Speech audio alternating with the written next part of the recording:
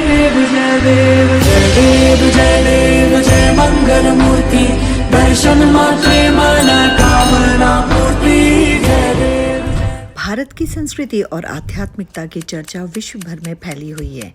विभिन्न धर्मों के संगम की धरती भारत में एक से बढ़कर एक प्राचीन, कलात्मक और भव्य मंदिर हैं जो आस्था और ईश्वर के प्रति गहरे प्रेम की धरा पर हजारों सालों से खड़े हैं। इन मंदिरों में भारतीय संस्कृति, कलाओं और कथाओं का संसार है। पूरे देश में भोपाल, उज्जैन, गुजरात और रणथंभौर में कुल 4 चिंतामण गणेश मंदिर हैं।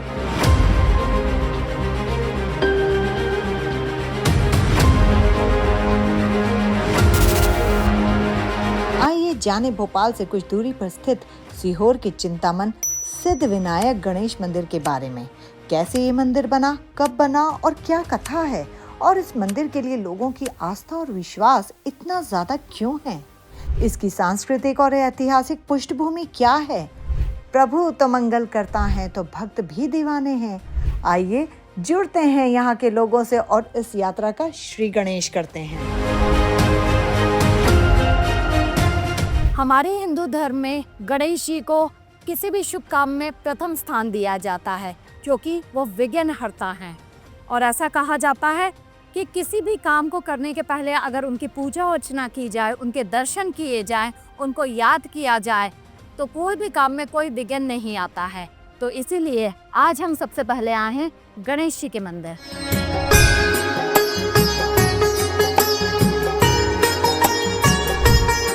सीहोर के चिंतामण गणेश मंदिर देश के प्रसिद्ध मंदिरों में से एक है। कहते हैं कि यहाँ से कोई भी भक्त खाली हाथ नहीं लौटता है।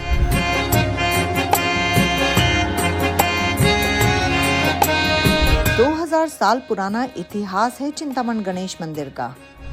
2000 साल पहले उज्जैन के राजा विक्रमादित्य ने गणेश के इस मंदिर का नाम चिंतामण सिद्ध गणेश मंदिर रखा था।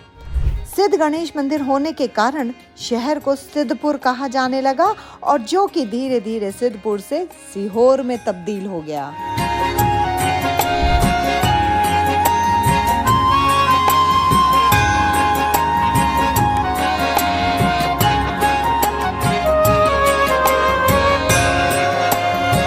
सम्राट विक्रमादित्य ने एक सपना देखा। उन्हें सपने में गणेश जी ने कहा था कि क्यों मेरे दर्शन करने इतनी दूर रणथंभौर जाते हो?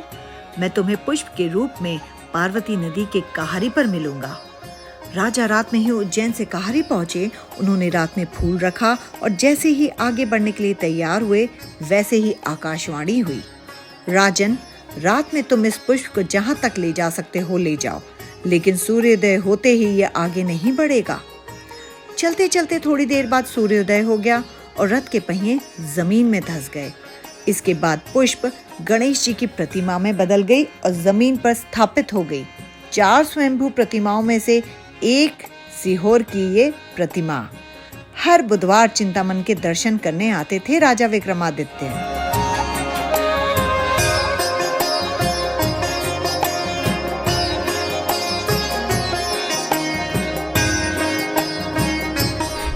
सीहोर जिला आकर्षक पर्यटन स्थलों, सांस्कृतिक, ऐतिहासिक, धार्मिक मंदिरों से भरा हुआ है।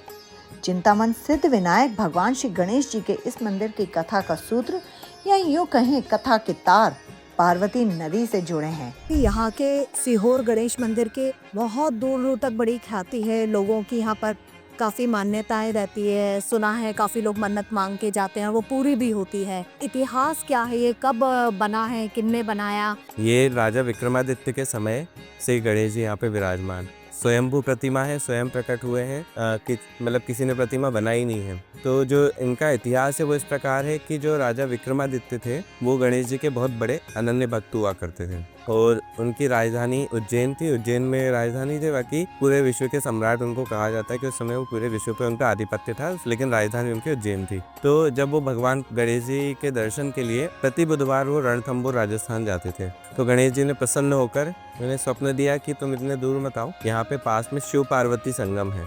ऐसा कहते हैं कि शिवना नदी और पार्वती नदी दोनों का संगम स्थल है। शिवना का नाम सीवन नदी हो गया है, सीहोर में सीवन नदी बहती है। तो जब राजा वहाँ पर आए तो उनको एक कमल का पुष्प प्राप्त हुआ।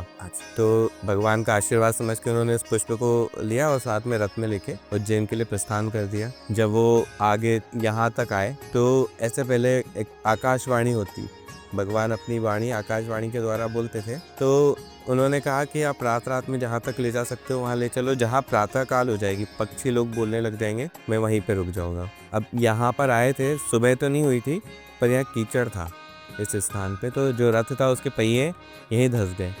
हाँ, रथ को निकालने में असमर्थ हो गए। उन्होंने हाथी घोड़ों से तक रथ को खिंचवाया, पर वो रथ आगे नहीं बढ़ा, मतलब निकल नहीं पाया, वो टूट गया, क्षतिग्रस्त हो गया। इतने में प्रातःकाल हो गया तो कमल का पुष्प सतीमा में परिवर्तित हो गया। एक साधारण 2 हाथ 2 पैर वाली प्रतिमा है, 4 भुजाधारी नहीं है यहाँ पर, वरन 2 हाथ 2 ही भुजाओं को आशीर्वाद देते हुए वरदहस्त प्रतिमा है। तो राजा ने प्रतिमा को आगे बढ़ाने का प्रयास किया, हाथियों से भी खिंचवाया, सब प्रयास किए कि उज्जैन लेके जाऊँ मैं, लेकिन ले जा नहीं पाए। भगवान का जो प्रतिमा है जमीन में धंसने लगी, पेट तक का हिस्सा भगवान का जमीन में अंदर धंस गया, इनका आधा हिस्सा आधा जमीन में धंसा हुआ है। तो फिर राजा ने हार मान ली और यहीं पे भगवान की स्थापना कर दी।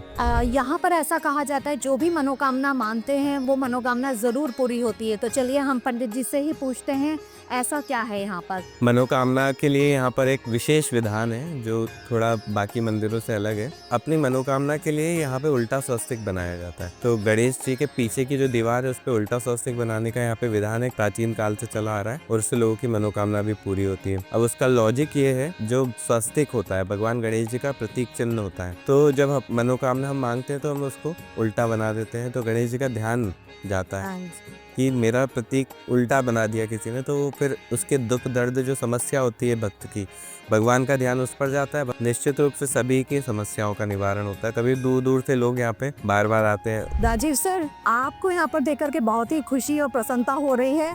बस थोड़ा सा ये जानना चाहेंगे कि आप गणेश जी को कितना मानते हैं और आपको कैसा लगता है कि जैसे कहा जाता है कि गणेश जी विघ्नहर्ता होते हैं, हर कष्टों से दूर रखते हैं, तो आपके अंदर कितनी श्रद्धा है गणेश जी के लिए और यहाँ के मंदिर? देखिए, मुझे श्रद्धा तो सारे ईश्वरों में है, सारे भगवानों में है। ये जैसा माना जाता है, जैसा कहा भी जाता है कि प्रथम पूज्य गणेश माना जाता है, बावजूद इसके कि उनके पिता भी हैं भगवान शंकर महादेव और भी जो हैं, लेकिन गणेश जी एक ऐसे बाल हृदय और सुलभ गणेश हैं जो जिनको पुत्रवत भी मानते हैं लोग, उनको अपना सखा भी मानते हैं और उनको अपना इष्ट भी मानते हैं। तो ये इतना है, जैसे कि हमारे बम्बई में, महाराष्ट्र में जो होता है गणेश जी का, और उनको शुरुआती उनकी इसलिए की थी कि वो सारी जो उनका कहा जाता है, कौन से थे वो, हमारे बाल गंगाधर तिलक ने शुरू की थी शुरुआत गणेश उत्सव की, कि उससे हमारे सारे हिंदुस्तान के लोगों को जोड़ना, एक साथ जोड़ना, बातचीत करना, उनको अपना संदेश पहुंचाना उनसे। तो ये गणेश उत्सव की शुरुआत उसलिए हुई थी। हालांकि गणेश जी को तो हमारे पुराणों में, हमारे पौराणिक संदर्भों में सबसे प्रथम पूज्य माना गया है और हमेशा से उनका ये रहा है, लेकिन उनकी शुरुआत इसलिए भी हुई हमारे यहाँ जो गणेश उत्सव की है, आपको पता होगा शायद। और यहाँ जो गणेश मंदिर है उसमें बड़ी श्रद्धा है हमको, हमेशा से हम आते रहे हैं और मेरा ख्याल में हर महीने में 1 आध बार तो आ ही जाते हैं इनको पूजने, इनसे दर्शन करने। अब वो कितना हमारी कृपा करते हैं ये तो नहीं मालूम, लेकिन उनके दर्शन करने से, उनका प्रसाद ग्रहण करने से, यहाँ पर थोड़ी देर रुकने से हमें एक बहुत अपने अंदर एक कॉन्फिडेंस होता है। जिस भी हम प्रॉब्लम को लेकर आते हैं या वैसे ही आते हैं, तो ये हमारे श्रद्धा का, हमारे संस्कृति का, हमारी परंपराओं का एक बहुत ही बड़े प्रतीक के रूप में श्री गणेश को हम मानते हैं और सभी को मानना चाहिए। बिल्कुल बिल्कुल, बहुत सही काम है। Thank you sir, thank you. और इसी तरीके से भारतवर्ष के विभिन्न मंदिरों की और जगह की यात्रा करने के लिए आप सब मेरे साथ में रश यात्रा करिए और इस चैनल को आप लाइक, सब्सक्राइब एंड शेयर कीजिए।